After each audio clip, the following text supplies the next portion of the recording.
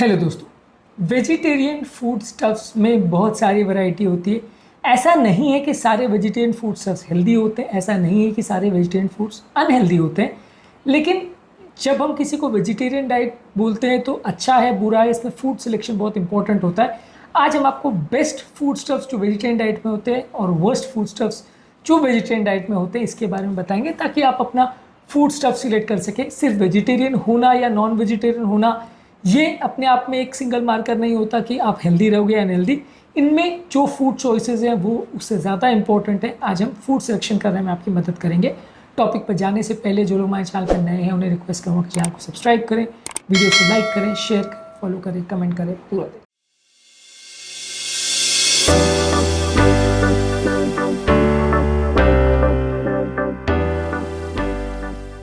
सबसे पहले हम बात करेंगे बेस्ट वेजिटेरियन फूड स्टफ्स के बारे में। इस मामले में हरी साग सब्जी ज़्यादातर काफ़ी हेल्दी है। पालक, मेथी, kale, Swiss chard, collard greens, इसमें vitamin A, vitamin C, vitamin K और फोलेट होता है, मिनरल्स होता है, आयरन, कैल्शियम होता है, फाइबर्स होते हैं, एंटीऑक्सीडेंट्स होते हैं। ज़्यादातर ये बहुत ज़्यादा कैलोरीज भी नहीं देते। अलग अलग फॉर्म में salad, smoothie, soup, side dishes, सब्जियाँ जो भी चाहो आप इससे बना सकते हो। तो हरी साग सब्जी वेजिटेरियन फूड स्टफ्स में काफ़ी अच्छा माना जाएगा। इसी तरह से जो लेग्यूम प्रोडक्ट्स होते हैं जैसे दालें हैं, मटर है, चने हैं, ये सारी चीज़ें बहुत सारे आपको कॉम्प्लेक्स कार्बोहाइड्रेट्स, फाइबर, आयरन देते हैं। ये आपका ब्लड शुगर लेवल नॉर्मलाइज करते हैं, ओवरऑल हार्ट की हेल्थ को बेटर करते हैं। इसमें आप अलग अलग तरह के डिशेस बना सकते हो, सब्जियां बना सकते हो, सलाद, सूप्स कुछ भी बना सकते हो। बहुत सारे तरह से विटामिन और मिनरल्स आपको प्रोवाइड करते हैं, तो ये भी एक काफ़ी हेल्दी ऑल्टरनेटिव है। इसके अलावा नट्स और सीड्स काफ़ी हेल्दी है। नट्स और सीड्स में बादाम, अखरोट, चिया सीड्स, फ्लैक्स सीड्स, ये आपको essential fats, proteins, omega 3 fatty acids, vitamin E, magnesium, ये सारी चीज़ें देते हैं। ये सारी चीज़ों को भी आप डायरेक्ट भी खा सकते हो, सलाड्स में भी ले सकते हो, स्मूदीज़ या ड्रिंक्स या बेकिंग किसी भी चीज़ में आप प्रयोग कर सकते हो। तो ये काफ़ी हेल्दी चीज़ है, लेकिन हाँ ओवर ईटिंग नहीं करना चाहिए, नहीं तो आपको ज़्यादा कैलोरीज मिल जाएंगी। इसके अलावा होल ग्रेन्स आप ले सकते हो जैसे oats, barley, quinoa, brown rice, whole wheat. ये सारी चीज़ें बी ग्रुप के विटामिन, फाइबर, आयरन और मैग्नीशियम में रिच रहते हैं, जो आपकी डाइजेस्टिव हेल्थ के लिए अच्छे हैं और आपको लॉन्ग लास्टिंग एनर्जी देते हैं, जो आपको एक अच्छा नटी फ्लेवर देते हैं। और इसको आप ब्रेकफास्ट में भी यूज़ कर सकते हो, आप अलग अलग तरह के डिशेस में यूज़ कर सकते हो, खाना बना सकते हो, इनसे अलग अलग तरह के ब्रेड्स बना सकते हो। लेकिन हाँ, जो भी चीज़ों का बना रहे हो वो बहुत ज़्यादा प्रोसेस नहीं होना चाहिए। जो भी चीज़ों में जितनी ज़्यादा प्रोसेसिंग की जाएगी उतना वो अनहेल्दी हो जाएगा। जितना नेचुरल फॉर्म में आप ले रहे हो वो उतना ज़्यादा हेल्दी होगा। ये मेन डिफरेंस होता है एक किसी पर्टिकुलर फूड स्टफ के बारे में कि वो कितना प्रोसेस हुआ है, कितना अनप्रोसेस हुआ है। वो काफ़ी हद तक डिसाइड करता है कि उसमें कितने केमिकल्स डले हैं, कितना उसमें सॉल्ट है, कितना शुगर है, ये सारी चीज़ डली है, जिसके बेसिस पर डिसाइड होता है कि वो फूड स्टफ हेल्दी है या अनहेल्दी। इसके अलावा जो फल हैं जैसे कि बेरीज़ है, एप्पल्स हैं, ऑरेंजेस हैं, ये सारे भी एंटीऑक्सीडेंट में काफ़ी रिच होते हैं और ये अपने एंटी इन्फ्लेमेटरी प्रॉपर्टीज़ के लिए भी काफ़ी जाने जाते हैं। इसको भी आप अलग अलग तरह के फ्रूट्स, स्नैक्स, डेजर्ट, सैलड, सोई डिशेज़ ये सब में प्रयोग कर सकते हैं। ये भी काफ़ी हेल्दी वेजिटेरियन फूड स्टफ्स माने जाते हैं। अब बात करते हैं कौन कौन से सबसे बुरे या वर्स्ट वेजिटेरियन फूड ऑप्शंस है। अब वेजिटेरियन खाने वाले अक्सर ये आर्ग्यू करते हैं कि क्योंकि वेजिटेरियन फूड स्टफ में कोलेस्ट्रॉल नहीं होता, क्योंकि इसमें बहुत ज़्यादा ऑयल्स नहीं होते, तो हमारे लिए अनहेल्दी कैसे हो सकता है। पर इसमें भी बहुत सारे ऐसे फूड स्टफ्स हैं जो कि अनहेल्दी है और ये कई बार बहुत ज़्यादा मोटापे का कारण बनता है। डिस्पाइट द फैक्ट कि कोई व्यक्ति नॉन वेज फूड बिल्कुल भी नहीं लेता, फिर भी हार्ट अटैक आने का चांस वेजिटेरियंस में भी कोई खास कम नहीं है। कारण इसका यही है कि इसमें भी बहुत सारे अनहेल्दी फूड आइटम्स हैं। इनकी एक लिस्ट आपको देते हैं। इसमें जो हाईली प्रोसेस्ड फूड आइटम्स हैं, जैसे प्रोटीन के भी कई फॉर्म्स हैं, जैसे सोयाबीन के आप नगेट्स बना रहे हो या वेजिटेबल बर्गर्स बना रहे हो। अब ये बहुत unhealthy fats, oils, fat additives, chemicals, ये सारी चीज़ें इसमें डलते हैं। आलू डलता है और सोयाबीन वगैरह का भी जो नेचुरल फॉर्म है वो कंपेरेटिवली हेल्दी है, लेकिन जब प्रोसेस करके आप इसको बनाते हो तो वो अनहेल्दी हो जाता है। इसमें काफ़ी केमिकल्स और काफ़ी चीज़ें डल जाती हैं, जो कि उसके थोड़े बहुत जो भी बेनिफिट्स हैं उसको काउंटर न्यूट्रलाइज कर देते हैं। आपको फ़ायदे के बदले उल्टा नुकसान होने लगता है।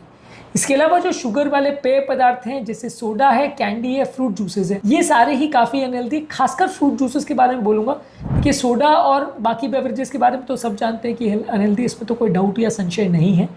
और इनको हम वेजिटेरियन या नॉन वेजिटेरियन भी क्लासीफाई नहीं कर सकते। इसेंशियली कुछ नॉन वेज आइटम नहीं है तो वेजिटेरियन मान सकते हैं। पर हाँ, जहाँ तक फ्रूट जूसेस का सवाल है, फ्रूट जूसेस के बारे में काफ़ी हद तक लोगों को मिसकंसेप्शन है। लोग मानते हैं कि ये काफ़ी हेल्दी है। जितना ज़्यादा लोग को लगता है हेल्दी उतना ही अनहेल्दी, क्योंकि इसमें खाली पानी और बहुत ज़्यादा शुगर मात्रा में होता है। ऊपर से भी कई लोग चीनी डाल देते हैं तो उसे और अनहेल्दी बना देता है। जो फ्रूट्स में सबसे पेट भरने वाला तत्व होता है, कोलेस्ट्रॉल कम करने वाला तत्व होता है, इनसॉल्युबल फाइबर, वो ज़्यादातर हम छान के फेंक देते हैं। दूसरा, पीसने के दौरान बाकी फाइबर जो होते हैं उसके भी छोटे छोटे थ्रेड्स बन जाते हैं। ये फाइबर बेसिकली लंबे लंबे धागों के फॉर्म में जब रहता है तो आपकी बॉडी में ये फ़ायदा करता है, आपकी सारी बीमारियों को कम करता है। लेकिन जब इसमें आप इसको पीसते हैं या इनको ज़्यादा प्रोसेस करते हैं तो इस प्रोसेसिंग की पद्धति के दौरान ये फाइबर के धागे टूट जाते हैं और वो जो फ़ायदा करना चाहिए वो नहीं करता है।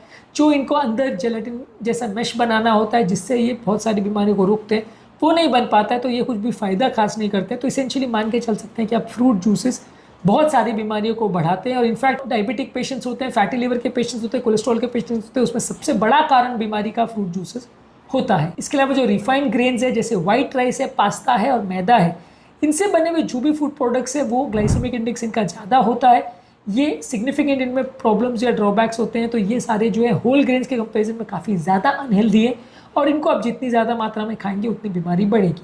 इसके अलावा जो तले हुए खाद्य पदार्थ है जैसे फ्रेंच फ्राइज़ है, पोटैटो चिप्स है, ये आपको काफ़ी अनहेल्दी फैट्स, कैलोरीज देते हैं और काफ़ी ज़्यादा मात्रा में नमक देते हैं। ये सारी चीज़ें बहुत ज़्यादा अनहेल्दी है, बहुत ज़्यादा एडिक्टिव भी होती हैं। आपका इनको खाने के बाद वजन बढ़ता है। जितना ज़्यादा आप तली हुई फूड्स, खासकर तले हुए आलू को अगर लेते हैं, जो फ्रेंच फ्राइज़ है वो बहुत ज़्यादा ख़राब है, पोटैटो चिप्स है ये बहुत ज़्यादा ख़राब है। ये आप इनके पैक्स भी उठा के देख लीजिए, ये इतने ज़्यादा कैलोरी देते हैं। एक छोटे छोटे पैक में इनके 300, 400, 500 कैलोरीज होती है। तो आपका जो है दिन भर का एक मील का अमाउंट जो है वो सिर्फ एक चिप्स के पैकेट में आ जाता है, या एक फ्रेंच फ्राइज़ के आप जो एक बाउल लेते हो, एक पैकेट लेते हो, उसमें आ जाता है। तो ये चीज़ें काफ़ी ज़्यादा हाई कैलोरिक और काफ़ी ज़्यादा अनहेल्दी है। इसके अलावा जो पेस्ट्रीज़ है, स्वीट्स है, जैसे डोनट्स है, केक्स है, कुकीज़ है, ये भी बहुत ज़्यादा अनहेल्दी होते हैं। ये आपको काफ़ी अनहेल्दी फैट्स और रिफाइंड फ्लावर देते हैं। मैदे के बने हुए ज़्यादा चीज़ होती है। ये सारी चीज़ें आपके लिए अनहेल्दी होती है। इनको जहाँ तक पॉसिबल है आपको अवॉइड करना चाहिए। ये इसमें न्यूट्रिफिक वैल्यू भी कुछ नहीं होती है और आपको नुकसान ही नुकसान करते हैं। तो ये तो हुई अनहेल्दी वेजिटेरियन फूड प्रोडक्ट्स की एक डिटेल लिस्ट। आज के टॉपिक में हमने बात करी कौन कौन से वेजिटेरियन फूड प्रोडक्ट्स हैं जो कि हेल्दी हैं, कौन से हैं जो अनहेल्दी है। इसके अलावा हमने एक और वीडियो किया जिसमें नॉन-वेज फूड प्रोडक्ट्स में कौन से हेल्दी है, कौन से अनहेल्दी, उस पर हमने बात करी है। उम्मीद करूँगा कि आज के टॉपिक में कुछ नई बातें जानने को मिली होगी। जो लोग हमारे चैनल पर नए हैं उन्हें रिक्वेस्ट करूँगा कि चैनल को सब्सक्राइब करें, वीडियो को लाइक करें, शेयर करें, फॉलो करें, कमेंट करें पूरा।